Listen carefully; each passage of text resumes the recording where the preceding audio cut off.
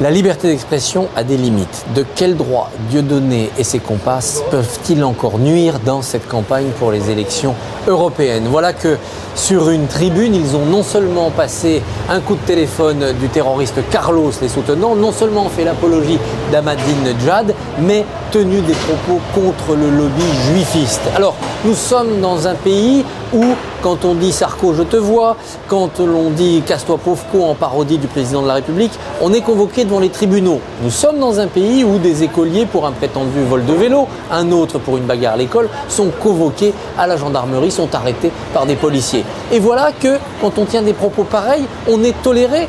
On a le droit même à des dépêches, on a le droit à une couverture médiatique, on a le droit au respect des autorités de la République, on a le droit de déposer des listes et de se présenter au suffrage des électeurs, on a le droit de flatter les pires instincts parce qu'il y a toujours évidemment des foules prêtes à donner dans la haine. C'est absolument scandaleux, c'est absolument anormal. Il faut faire en sorte qu'il n'y ait pas d'élus pour cette liste, bien sûr, mais il faut faire en sorte, et c'est aux autorités de la République d'y veiller, qu'elles ne puissent pas déposer de bulletins dans les bureaux de vote. Il faut que la République dise que la liberté d'expression a des limites, ce sont les limites des valeurs des droits de l'homme. Cette fois-ci, elles sont franchies. Il y a beaucoup de petites listes insignifiantes dans cette élection, cela ridiculise le scrutin.